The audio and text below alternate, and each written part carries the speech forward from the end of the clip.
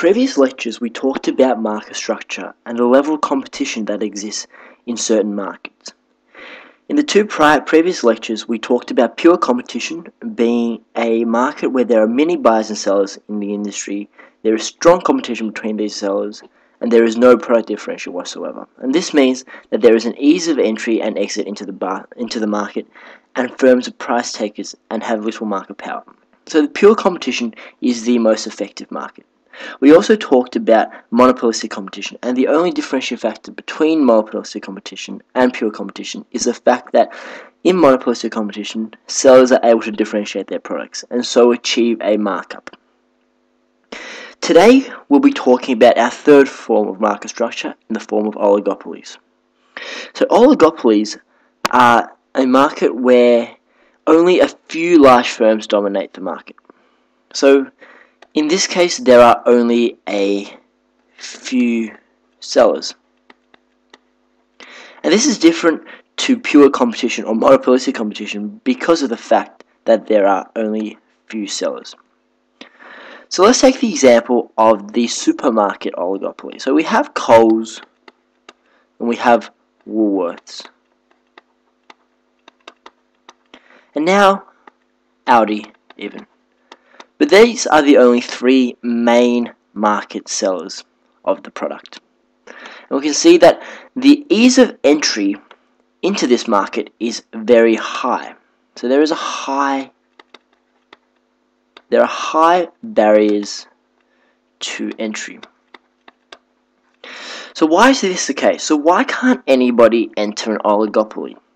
Now, if we refer back to the concept of economies of scale, these markets have very high fixed costs. So we have high fixed costs.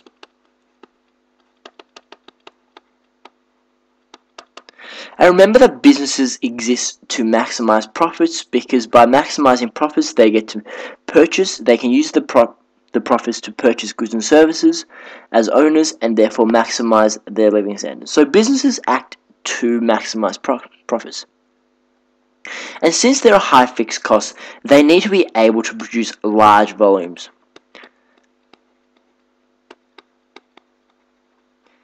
In order to break even. Now, break-even analysis pertains to how many products or how many goods and services the firm needs to sell to cover all their costs. And now, assuming that Coles, Woolworths, or Aldi have very high fixed costs in that they need to hire out the venue, so fixed costs include venue hire, so as in all the different shopping centres. They require labour and also different capital resources that they need.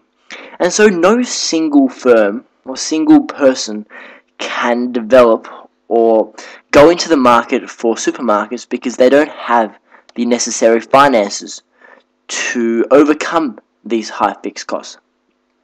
So what this means is that an oligopoly, they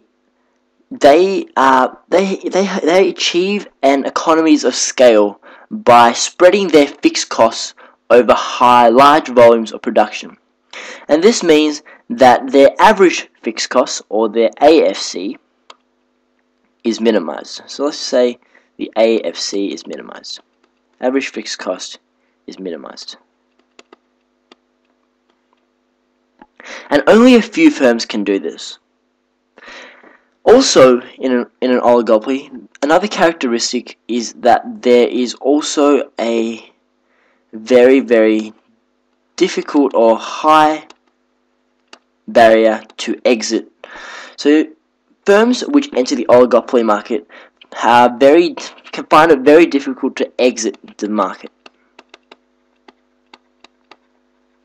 And what I mean by this is that oligopolies, because they have such high fixed costs, if a market, say Coles, decides to exit the oligopoly market, then they need to sell off all their fixed costs. They need to sell off all their venue hire, their labour and their capital, and this could prove a very costly and very time-consuming prospect. So to recap, an oligopoly is a market structure where only a few large firms dominate the market.